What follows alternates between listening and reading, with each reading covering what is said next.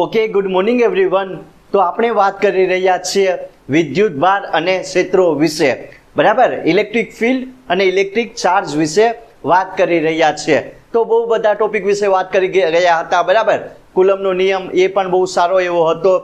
પછી વિદ્યુત ક્ષેત્ર કોને કહેવામાં આવે, વિદ્યુત ડાયપોલ વિશે વાત કરી ગયા હતા. અને જે વિદ્યુત ફ્લક્સ હશે, ઇલેક્ટ્રિક ફ્લક્સ, એના વિશે પણ વાત કરી ગયા હતા. તો જો અત્યારે આપણે જોઈ રહ્યા છીએ વિદ્યુત ડાયપોલ વિશે, બરાબર. કે ડાયપોલ કઈ રીતની બને, કાંઈ નહીં, પ્લસ ચાર્જ હશે, માઇનસ ચાર્જ હશે, બંનેને 2a અંતરે મૂકેલું અને એક ડાયપોલનું કેન્દ્ર લેવાનું છે, બરાબર. તો તો વિદ્યુત ડાયપોલ એટલે કે કાંઈ નહીં, 2a અંતર ગુણ્યા વિદ્યુત ભાર, જે આપણને ડાયપોલ વિશે માહિતી આપતો હતો. હવે એમાં આપણે પાછા બે ટોપિક જોવાના છે કે ડાયપોલના કેન્દ્રથી અક્ષ પરનું વિદ્યુત ક્ષેત્ર, એ આપણે જોઈ ગયા હતા. અને આજે એકદમ સારા એવા ટોપિક વિશે વાત કરવાની છે, જેનું નામ છે ડાયપોલના કેન્દ્રથી વિષુવ રેખા પર કેટલું વિદ્યુત ક્ષેત્ર ઉત્પન્ન થાય, એ જોવાનું છે. તો મેં તમને જણાવ્યું કે જો ડાયપોલના કેન્દ્રથી અક્ષ પરનું વિદ્યુત ક્ષેત્ર એ કેટલું હોય, એનું મૂલ્ય તો કે ભાઈ 2kp/r³ જેટલું હોય ને. E = 2kp/r³. P હશે એ તમારી ડાયપોલ મોમેન્ટ થઈ ગઈ, બરાબર. તો અહીંથી જોઈ શકાય કે જે વિદ્યુત ક્ષેત્ર હશે એ પ્રોપોર્શનલ ટુ 1/r³ ના જે ડિસ્ટન્સ હશે એનાથી બદલે છે, બરાબર. તો આ અક્ષ માટે વાત થઈ ગઈ. હવે એવી જ રીતે જોવાનું છે ડાયપોલના કેન્દ્રથી શું હશે, વિષુવ રેખા પરનું વિદ્યુત ક્ષેત્ર, બરાબર. ડાયપોલના કેસમાં જ છે. ડાયપોલ માટે આ બીજો કેસ છે કે ડાયપોલના કેન્દ્રથી વિષુવ રેખા પરનું વિદ્યુત ક્ષેત્ર કેટલું આવે એ જોવાનું છે. ઓલું સમાંતર માટે હતું, આ પરપેન્ડિક્યુલર માટે હશે. અને આમાં એક બહુ સારી એવી પ્રોબ્લેમ આવશે. પ્રોબ્લેમ તો કરવાની છે, બરાબર, પણ બહુ સારી એવી ફિગર પણ બનાવીશું. જોવાનું છે કઈ રીતની સારી એવી ફિગર બને. તો પહેલાં કાંઈ નહીં, સિમ્પલ. પહેલાં તો તમને આમાં એક ડાયપોલ બનાવવી જરૂરી છે, પ્લસ ચાર્જવાળી અને માઇનસ ચાર્જવાળી બંને જે વિદ્યુત ભાર હશે, બરાબર. તો એને 2a અંતરે મૂકવાના, એક કેન્દ્ર લેવાનું છે. કેન્દ્રથી એક તમારે વિષુવ રેખા પર P બિંદુ લેવાનું છે. ત્યાં બે વિદ્યુત ક્ષેત્ર ઉત્પન્ન થાય, પ્લસ ચાર્જના લીધે અને માઇનસ ચાર્જના લીધે. એ બંનેના લીધે એના પાછા બે ઘટકો લેવાના છે, cos θ અને sin θ, બરાબર. એ પ્રમાણે આનું સોલ્યુશન કરવાનું છે. તો જો કઈ રીતનું હોય ધ્યાન આપજો. એક +q અને -q ચાર્જ લેવાનો છે, સમજાયું? +q અને -q ચાર્જ લેશું. અંતર કેટલું હશે તો કે ભાઈ 2a જેટલું હોય. હવે એક આનું કેન્દ્ર લઈ લો તો આ અંતર કેટલું થઈ જશે, a, અને આ a થઈ જાય કે નહીં, સમજાયું? એક ડાયપોલ લીધી, આ તો તમને ખબર જ હશે. પ્લસ ચાર્જવાળી અને માઇનસ ચાર્જવાળી બંનેને કેટલા ડિસ્ટન્સ છે મૂકેલા છે, બંને વિદ્યુત ભારને 2a અંતરે. તો જો O થી લઈને Q નું અંતર હશે a જેટલું, અને O થી લઈને -q નું અંતર હશે એ પણ a જેટલું થઈ ગયું ને. ટોટલ ડિસ્ટન્સ 2a જેટલું થઈ જશે. અને આમ કરી શકાય કે આ P આવશે, બરાબર.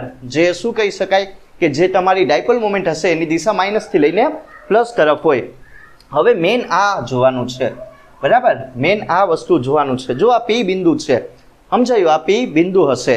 તો હવે શું કરવાનું છે, આ ડાયપોલનું કેન્દ્ર થઈ ગયું, થોડુંક એવું હોય તો મોટું બનાવીએ. આ ડાયપોલનું કેન્દ્ર O થઈ ગયું, બરાબર. હવે કેન્દ્રથી લઈને P બિંદુ, બરાબર. આ P બિંદુ હશે જેનું અંતર તમે લઈ શકો, આ લઈ લઉં એવું હોય તો, r અંતરે રહેલું, સમજાયું કે નહીં? મેં શું કર્યું, એક ડાયપોલના કેન્દ્રથી P બિંદુ, ડાયપોલના કેન્દ્રથી એક P બિંદુ લીધેલું, એનું અંતર હશે r જેટલું. તો આ P પર કેટલું વિદ્યુત ક્ષેત્ર ઉત્પન્ન થાય, ઇલેક્ટ્રિક ફિલ્ડ ઉત્પન્ન થાય, એ મારે સિમ્પલ ગોતવાની છે. તો પહેલાં તો જો એક વસ્તુ સમજવાની, આ વસ્તુ સમજાઈ ગઈ ને, કેન્દ્રથી જે P બિંદુ હશે એનું અંતર r જેટલું છે. તો પહેલાં તો એક વસ્તુ એ સમજવાની કે આ પ્લસ ચાર્જ હશે, બરાબર. જો તમે સારી રીતના ફિગર બુકમાં આપેલી છે તો જોઈ શકો, બરાબર. પણ આ તમને સમજાવવા ખાતે લખી આપું, દોરી આપું, બરાબર. તો શું થઈ જશે, પ્લસ ચાર્જથી જે ધન વિદ્યુત ભાર હશે એ કેટલું અહીંયા ઉત્પન્ન કરશે, તો તમે દોરી શકો સારી રીતના, બરાબર. એ કેટલું ઉત્પન્ન કરશે વિદ્યુત ભાર, અરે વિદ્યુત ક્ષેત્ર, પ્લસના લીધે કેટલું વિદ્યુત ક્ષેત્ર ઉત્પન્ન થાય તો કે E + q જેટલું. અને બીજું કોની લીધે ઉત્પન્ન થાય તો કે -q ના લીધે, બરાબર. એની દિશા પણ તમે જોઈ શકો. જો આ દિશામાં હશે પ્લસ, જો જોવી હોય તો જોઈ શકાય કે જે આ વિદ્યુત ક્ષેત્ર E પ્લસ ક્યુ છે એની દિશા ક્યાંથી હશે? ધનથી લઈને પ્લસ વિદ્યુત ભારથી લઈને P દિશામાં, બરાબર. એની ડાયરેક્શન આપી શકો. અને માઇનસ ક્યુના લીધે પણ ઉત્પન્ન થાય કે નહીં? માઇનસ ક્યુના લીધે તો એ કેટલું થાય? એ એટલું થાય ઉત્પન્ન. તો એ પણ જોઈ શકો. જો આ એટલું થાય ને આ E માઇનસ ક્યુ, બરાબર. સમજાયું કે એકદમ સિમ્પલ છે. જો પેલા આ નહીં ડાયપોલ બનાવવાની છે, કેન્દ્ર લેવાનું છે. એ કેન્દ્ર P પર કેટલું વિદ્યુત ક્ષેત્ર ઉત્પન્ન થાય એ મારે ગોતવાનું છે. હવે આ વસ્તુ તમને લોકોને ખ્યાલ આવી ગઈ હશે કે કઈ રીતનું બનેલું, બરાબર. પ્લસના લીધે કેટલું ઉત્પન્ન થાય? E પ્લસ ક્યુ જેટલું થાય. અને માઇનસના લીધે કેટલું વિદ્યુત ક્ષેત્ર ઉત્પન્ન થાય? E માઇનસ ક્યુ ઉત્પન્ન થાય. સમજાયું કે નહીં? સિમ્પલ. તો હવે શું કરવાનું છે? જો હવે જે આ E માઇનસ ક્યુ વિદ્યુત ક્ષેત્ર છે, બરાબર, એની દિશા ક્યાંથી ક્યાં તરફ આવશે? તો કે અહીંથી તમે જોઈ શકો આ P થી લઈને માઇનસ ક્યુ તરફ હોય. તો ડાયરેક્શન તમે યાદ રાખી શકો. આ ક્યાંથી ક્યાં તરફ હશે? તો Q થી લઈને P તરફ હોય, બરાબર. આ થીટા ખૂણો પણ બનશે ને, આમ તમે બનાવી શકો, બરાબર. ને આની દિશા હશે E માઇનસ ક્યુની, તો કે ભાઈ P થી લઈને માઇનસ ક્યુ તરફ હોય. હવે જો આ મારે શું કરવાનું છે? હવે જે કુલ વિદ્યુત ક્ષેત્ર છે, બરાબર, નેટ ઇલેક્ટ્રિક ફિલ્ડ હશે એ દર્શાવ્યું હોય તો આમ આવશે ને, E આવશે, બરાબર. E નું મૂલ્ય કેટલું થઈ જશે? કાંઈ નહીં, બંને વેલ્યુ જેટલું થઈ જાય. E પ્લસ ને E માઇનસ ક્યુ જેટલું. પણ હજી આમાં કરવાનું છે. જો પહેલાં આનું સિમ્પલ કરી નાખીએ એવું હોય તો અંતર કરી લઈએ, બરાબર. જો આ અંતર R હશે, આ હશે તમારું A જેટલું, તો આ કેટલું હોય? પાયથાગોરસનું પ્રમેય R પ્લસ A સ્ક્વેર જેટલું હોય કે નહીં? સમજાયું? આ A હશે, આ R હશે, તો આ કેટલું હોય? R પ્લસ A સ્ક્વેર વર્ગમૂળની અંદર. ને આ કેટલું હશે? Under root of the R square plus A square જેટલું હોય કે નહીં? સિમ્પલ. એટલી વસ્તુ તમને સમજાય કે નહીં? આ સિમ્પલ છે, આમાં કાંઈ સમજવા જેવું નથી. હવે શું થઈ જશે? આ ખૂણો થીટા હોય તો આ પણ કેટલો થઈ જશે? થીટા થઈ જાય, બરાબર.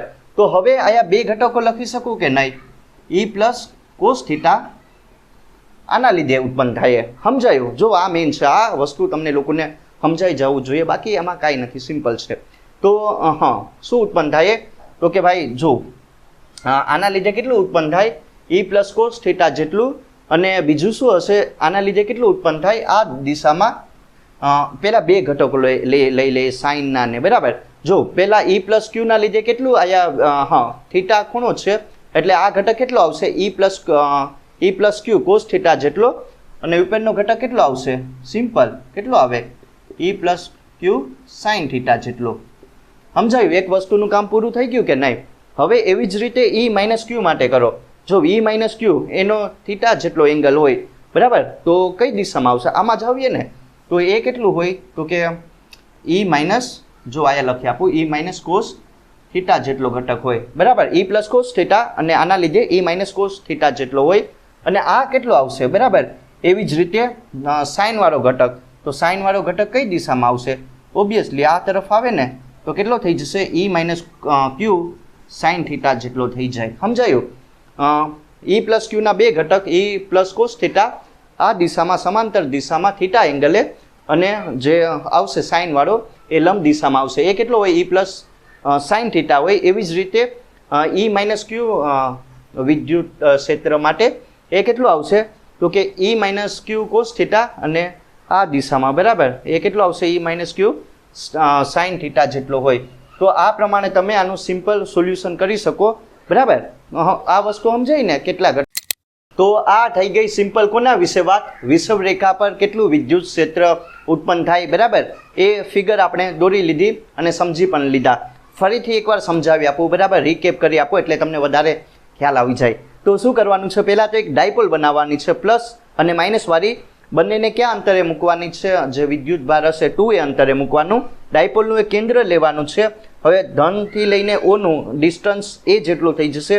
O થી લઈને માઇનસ ક્યુ એનું કેટલું થઈ જશે? આ એ જેટલું થઈ જાય, બરાબર. હવે કેન્દ્રથી મારે એક P બિંદુ લેવાનું છે, જ્યાં જે E હશે, બરાબર, એની વેલ્યુ ગોતવાની. તો કેન્દ્રથી લઈને જે P બિંદુ હશે એનું ડિસ્ટન્સ કેટલું થઈ જશે? R જેટલું થઈ જાય, બરાબર. હવે આટલી વસ્તુ મને ખબર પડી ગઈ. તો આ A હશે, આ અંતર R હશે, તો પાયથાગોરસનો પ્રમેય કેટલું આવશે? R square plus A square અંડરરૂટની અંદર, બરાબર. આ પણ એટલું આવશે. હવે જો પહેલાં તો ધન વિદ્યુત ભારની લીધે કેટલું વિદ્યુત ક્ષેત્ર ઉત્પન્ન થાય ઈ પ્લસ ક્યુ એના બે ઘટક મળશે ઈ પ્લસ કોસ થીટા બરાબર ને એક લંબ ઘટક ઈ પ્લસ સાઇન થીટા. હવે માઇનસ ક્યુના લીધે કેટલું વિદ્યુત ક્ષેત્ર ઉત્પન્ન થાય? ઈ માઇનસ ક્યુ દિશા કઈ દિશામાં હશે? પી થી લઈને માઇનસ ક્યુ તરફ હોય બરાબર, તો એના પણ બે ઘટક આવશે ઈ માઇનસ કોસ થીટા ને ઈ પ્લસ સાઇન ઈ માઇનસ ક્યુ સાઇન થીટા જેટલું આવે બરાબર. તો આ વસ્તુ હતી સમજવાની. હવે મારે ઈની વેલ્યુ ગોતવાની છે કે પી બિંદુ આગળ બરાબર કે ઈ કેટલી હોય એ મારે ગોતવાનું છે. તો તમે આ જોઈ શકો એક સમતલમાં બનશે બરાબર. આ શું બનશે? એક સમતલ પણ તમે બનાવી શકો આ ટાઈપનું, બુકમાં સારી રીતના તમે જોઈ શકો. તો આ એક સમતલમાં લઈ લઉં. જો આ તમને ફિગર દેખાય કે નહીં તો બુકમાં જોઈ શકો બરાબર. 12માની બુકમાં આપેલી છે તો એમાં સારી રીતના સમજાવેલું, ફિગર સારી રીતના આપેલી, હું સમજાવી આપું કઈ રીતનું હોય. તો હવે જો હવે મારે શું કરવાનું છે? કાંઈ નહીં, આ સિમ્પલ છે, કાંઈ નહીં. તમારે મેઇન એમ શું છે એ ફાઇન્ડ આઉટ કરવાનું અને આમાં અંતરને જો r પ્લસ a સ્ક્વેર લેવાનું છે. કરીએ સિમ્પલી આનું સોલ્યુશન કરીએ અને જવાબ મેળવી લઈએ બરાબર.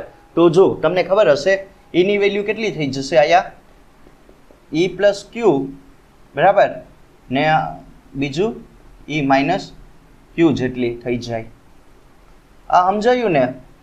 તો જે ઈ હશે, જે ટોટલ નેટ ઇલેક્ટ્રિક ફિલ્ડ હશે એની વેલ્યુ ઈ પ્લસ ક્યુ પ્લસ ઈ માઇનસ ક્યુ જેટલી થઈ જાય. તો પહેલાં તો આ વેલ્યુ ગોતી લઉં. આ કેટલું હોય? ઈ પ્લસ ક્યુ, તો કે ક્યુ બાય આર સ્ક્વેર જેટલું હોય કે નહીં? કે Q by R square electric field તમને ખબર હશે બરાબર. પણ આયા જે અંતર હશે એ કેટલું આપેલું? Under root of the R square plus A square બરાબર. તો ડાયરેક્ટ હું આમ લખી શકું કે ના લખી શકું? આમ લખી શકાય કે ના લખી શકાય? ઓબ્વિયસલી લખી શકાય બરાબર, કેમ કે વર્ગ અને વર્ગમૂળ શું થઈ જશે? કેન્સલ. તો આ ઇક્વેશન નંબર 1 આપી દઉં. હવે શું કરવાનું છે? એવી જ રીતે ઈ માઇનસ ક્યુ માટે બનાવો. એ પણ કેટલું થઈ જશે? કે ક્યુ એમને એમ રાખો બરાબર. કે ક્યુ બંને સેમ જ આવશે, આર પ્લસ એ સ્ક્વેર અને શું થઈ જાય? વર્ગ અને વર્ગમૂળ કેન્સલ થઈ જશે એટલે ડાયરેક્ટ લખેલું. આ ઇક્વેશન નંબર 2 આપો બરાબર. આમાં કાંઈ નહીં, એકદમ સિમ્પલ છે. તો જો ઈ ક્યુ ઈ માઇનસ ક્યુ બંનેની વેલ્યુ કેવી થઈ જશે? આયા સમાન થઈ જશે. તો આ એક આપણને વસ્તુ ખબર પડી, આ બંને સેમ જ છે બરાબર. ઈ પ્લસ ક્યુ ચાર્જ અરે ઈ પ્લસ ઇલેક્ટ્રિક ફિલ્ડ અને ઈ માઇનસ ક્યુ ઇલેક્ટ્રિક ફિલ્ડ બંનેની વેલ્યુ કેવી હશે? સમાન હશે બરાબર. તો એ વસ્તુ તમારે ધ્યાનમાં રાખવાની છે. હવે મારે કરવાનું શું છે? હવે જો એક સિમ્પલ વસ્તુ કરવાની છે, એ વસ્તુ સમજવાની બરાબર. હવે આનું સોલ્યુશન કરવાનું છે. ફિગરનું કઈ રીતનું કરવું એ તમે ધ્યાન આપજો, બાકી બધું સિમ્પલ છે. તો આ વસ્તુ તમને સમજાય ને કે બે ઘટક મળશે ઈ પ્લસ કોસ થીટા બરાબર અને બીજો ઘટક કેટલો મળશે? ઈ પ્લસ સાઇન થીટા. માઇનસના કેટલા ઘટક મળશે? ઈ માઇનસ કોસ થીટા અને ઈ માઇનસ સાઇન થીટા. તો હવે કઈ વસ્તુ સમજવાની છે કે જે આમાં વિદ્યુત ક્ષેત્ર હોય, જે ઇલેક્ટ્રિક ફિલ્ડ હશે બરાબર, એ કોના લીધે ઉત્પન્ન થાય? આમાંથી તમે જોઈ શકો કયા ઘટકના લીધે બરાબર, વિદ્યુત ક્ષેત્રના કયા ઘટકના લીધે જે નેટ ઇલેક્ટ્રિક ફિલ્ડ ઉત્પન્ન થાય છે? તો કે ભાઈ આ ઘટકના લીધે બરાબર. આ બંને ઘટકના લીધે, બંનેનો સરવાળો કરી દેવાનો છે ટૂંકમાં, બીજું કાંઈ નહીં કરવાનું. તો આ બે ઘટક હશે ઈ પ્લસ કોસ થીટા અને ઈ માઇનસ કોસ થીટા બરાબર. બંને એક સાથે જ છે એક ડાયરેક્શનમાં, તો બંનેને એક સાથે ભેગા કરી દેવાના છે. તો એના લીધે વિદ્યુત ક્ષેત્ર ઉત્પન્ન થાય, ઇલેક્ટ્રિક ફિલ્ડ ઉત્પન્ન થાય. તો હવે આ ઘટકનું શું કરવાનું છે? ઈ પ્લસ સાઇન થીટા ને આ નીચે તરફ છે ઈ માઇનસ ક્યુ સાઇન થીટા, એ ઘટકનું શું થઈ જશે? ઓબ્વિયસલી એ કેન્સલ થઈ જાય કે નહીં? જો આ એક બંનેની વેલ્યુ કેવી હશે? ઈ પ્લસ સાઇન થીટા ને ઈ માઇનસ ક્યુ સાઇન થીટા બંનેની વેલ્યુ સમાન છે પણ એકબીજાની વિરુદ્ધ દિશામાં છે બરાબર. આ ઉપર તરફ હશે, આ નીચેની તરફ, આ ધરતી ઉપર હશે ને આકાશ ઉપર હોય બરાબર. તો બંને કેવું થઈ જશે? આ કેન્સલ થઈ જશે. ઈ પ્લસ સાઇન થીટા ને ઈ માઇનસ ક્યુ સાઇન થીટા એ બંને કેટલું થઈ જશે? એ સમાન હશે બરાબર, પણ ડાયરેક્શન અલગ છે એટલે એની વેલ્યુ 0 થઈ જશે. તો હવે જે નેટ ઇલેક્ટ્રિક ફિલ્ડ હશે, જે નેટ ઇલેક્ટ્રિક જે ફિલ્ડ હશે બરાબર, એ કોના લીધે મળે? ઓબ્વિયસલી આ બે ઘટકના લીધે બરાબર. અહીંથી જોઈ શકાય જે પી બિંદુ પર શું ઈ ઉત્પન્ન થાય એ કોના લીધે ઉત્પન્ન થાય? તો કે ભાઈ ઈ પ્લસ કોસ થીટા એ ઈ માઇનસ ક્યુ કોસ થીટાને લીધે. તો કાંઈ નહીં, જો શું કરીશ, માઇનસ ડાયરેક્શન લખી શકાય બરાબર. તો ઈ પ્લસ કોસ થીટા બે ઘટકના બંનેનો શું કરવાનું છે? સરવાળો કરવાનો છે કોસ થીટા. સમજાયું? ઈ પ્લસ કોસ થીટા ને પ્લસ ઈ માઇનસ કોસ થીટા, આ માઇનસ ડાયરેક્શન માટે આવશે. બરાબર, તો તમે કરી શકો. જો હવે સિમ્પલ સોલ્યુશન થઈ જશે 2EQ કોસ થીટા. આ હતું સમજવાનું, બીજું કાંઈ નથી. એટલી વસ્તુ આવડી જાય ને એટલે સિમ્પલ તમે આમાં ખાલી કિંમત મૂકવાની છે. બરાબર, તો આ વસ્તુ સમજાય ને કે જે ઇલેક્ટ્રિક ફિલ્ડ હશે એ ખાલી બંને કોસ ઘટકના લીધે ઉત્પન્ન થાય છે પી બિંદુ પર, પણ હા જે સાઇન હશે ઘટક એ શૂન્ય થઈ જશે. તો હવે કાંઈ નહીં, જો ઈ એમને રાખો -2 EQના લીધે કેટલું? હા, EQની જગ્યાએ શું મૂકી શકું? તો કે ભાઈ બંને સમાન છે એટલે KQ બરાબર R² + A² નાયા કોસ થીટા ને માઇનસ. સમજાયું કે નહીં? બસ એટલી વસ્તુ કરવાની હતી, બાકી બધું આવડી જાય. તો E = -2KQ બરાબર છેદમાં R² + A² ને કોસ થીટા ઘટક આવશે. હવે શું કરવાનું છે? કાંઈ નહીં, કોસ થીટા હશે બરાબર એની વેલ્યુ મૂકી દેવાની છે આ ફિગર ઉપરથી અને બસ સોલ્યુશન કરી લેવાનું. તો જો પહેલાં તો આપણે ગોતિયામાં કોસ થીટાની વેલ્યુ કેટલી હોય એ જોઈ લઈએ. કોસ થીટા કેટલું હશે? તો અહીંથી જોઈએ. કોસ એટલે કે પાસેની બાજુ બરાબર, એક કાટકોણ ત્રિકોણ યાદ રાખવાનો છે 90 વાળો. તો પાસેની બાજુ એ થઈ ગઈ અને કર્ણ કેટલો હશે? અહીંયા જોઈ શકો √R² + A² એટલે R² + A² 1/2 જેટલો હોય. કોસ થીટા A છેદમાં R² + A² 1. જો એટલી વસ્તુ આપણે સિમ્પલ ગોતી લીધી. બરાબર, હવે શું કરવાનું છે? કાંઈ નહીં, હવે જે કોસ થીટા છે બરાબર એની જે આપણે વેલ્યુ ગોતેલી એના છેદમાં R² + A² 1/2 બરાબર વર્ગમૂળની અંદર છે. તો હવે શું કરવાનું છે? આ વેલ્યુ મૂકવાની છે કોસ થીટાની અને સિમ્પલ તમે જવાબ ગોતી શકો. શું આવશે? -2KQ હશે બરાબર R² + A² ને કોસ થીટાની વેલ્યુ મૂકો. કેટલી થઈ જશે? તો કે ભાઈ કેટલી થઈ જાય કોસ થીટાની વેલ્યુ? એના છેદમાં R² + A² 1/2. સમજાયું કે નહીં? મેં શું કરેલું? કાંઈ નહીં, કોસ થીટાની વેલ્યુ મૂકેલી -2KQ R² + A² એ એમને ને એ R² + A² 1/2. હવે શું કરવાનું છે? ઈને એમને રાખો. જો હવે આનું સોલ્યુશન કરીશ એટલે -2KQA બરાબર -2KQA થઈ જશે અને આ R² + A² ને આ 1/2 R² + A² બંને સમાન છે એટલે 1/2 + 1 કરો. શું થઈ જાય? 1/2 + 1 એટલે 3/2 થઈ જાય કે નહીં? સમજાયું? 1/2 + 1 એટલે 2 + 1 3 3/2 બરાબર R² + A² 3/2 થઈ જાય. તો હવે શું કરવાનું છે? હવે જો હવે કાંઈ નહીં કરવાનું, એક કન્ડિશન યુઝ કરવાની છે જે તમને લોકોને ખબર. પહેલાં તો આયા જે તમારી ડાયપોલ હશે વિદ્યુત ડાયપોલ એ કેટલી હોય? 2AQ. સમજાયું ને કે અંતર ગુણ્યા વિદ્યુત ભાર. અને બીજું શું કરવાનું છે? એક કન્ડિશનનો યુઝ કરવાનો છે આમાં પણ. જે R અંતર હશે જે શું કહેવાય કે બરાબર કેન્દ્રથી લઈને P બિંદુનું અંતર એ વધારે હશે કોના માટે? હા, કોના કરતાં? જ્યારે ધન વિદ્યુત ભારથી બરાબર વિદ્યુત ભારોનું કેન્દ્રથી અંતર એ ના કરતા એ કરતાં ટૂંકમાં એ હશે ને a very greater than two R હશે. તો શું કહી શકાય બરાબર R ને તમે શું કરી એ હશે એ બહુ નાનું હશે R કરતાં. તો બરાબર એને શું કહી શકાય? એને નેગ્લેક્ટ કરી શકાય. સમજાયું ને? R અંતર બહુ વધારે હશે, આમ દેખાય પણ ફિગરમાં, તો તમે એને નેગ્લેક્ટ કરી શકો. તો હવે શું આવશે? આ પ્રમાણે બનાવો 2A બરાબર 2AQ બનાવવું ના એ શું વધીએ? કે તો એમને બરાબર ના માઇનસ અહીં આવશે, -K ને બહાર લઈ લો 2AQ ને R² બરાબર ને અહીંયા 3/2 થઈ જશે. આટલી વસ્તુ સમજાય કે -K એમને એમ બરાબર. હવે -K એમને એમ રાખો, નાની જગ્યાએ 2AQ એની જગ્યાએ શું મૂકી શકું? P મૂકી શકું ને જો વર્ગ ને વર્ગમૂળ કેન્સલ R³ આવશે. તો આ પ્રમાણે આનું સોલ્યુશન આવશે. E = -KP ને છેદમાં R³ આવશે. આ છે સિમ્પલ આનું સોલ્યુશન. એની વેલ્યુ કેટલી આવશે? -KP R³ ને જે P હશે એ તમારી શું છે? તો કે ડાયપોલ છે બરાબર વિદ્યુત ડાયપોલ છે. એની વેલ્યુ કેટલી આવશે? 2AQ જેટલી આવે.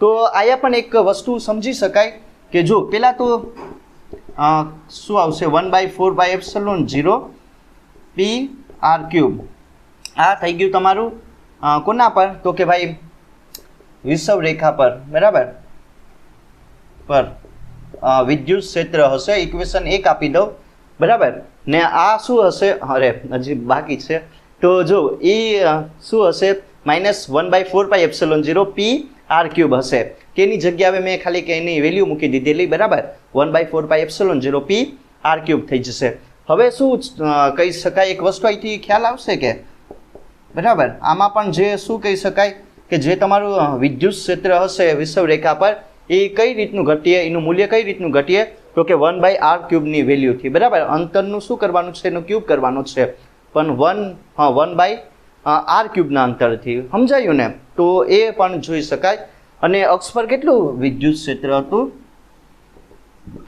એ પણ યાદ રાખી શકો તો જો કેટલું હશે એની વેલ્યુ 2kp r³ જેટલી હતી ને આ ઇક્વેશન 2 કરી શકો બરાબર તો આ વસ્તુ હતી સમજવાની તો વિષુવ રેખા પર કેટલું આપણને વિદ્યુત ક્ષેત્ર મળશે એ પણ આ 1/1/r³ ના વેલ્યુથી ઘટીએ તો એક વસ્તુ જોઈ શકાય વિષુવ રેખા પર કેટલું હશે -kp/r³ ને અક્ષ પર કેટલું વિદ્યુત ક્ષેત્ર હશે કઈ રીતનું એ ઘટીએ તો કે ભાઈ 2kp/r³ શું બંનેમાં ઇક્વેશનમાં શું ફરક આવે આ 2 નથી બરાબર આમાં 2 છે ને આમાં 2 નથી તો તમે જોઈ શકો તો કાંઈ નહીં આયા તમે મૂકી શકો જો આમ પણ થઈ શકે થઈ જાય તો આયા કરી આપું બરાબર એ સમાંતર રાખો બરાબર ને અહીંયા 2 એમને એમ આ માઇનસ થઈ જશે માઇનસ નહીં લખતો હાલીએ બરાબર kp/r³ એની જગ્યાએ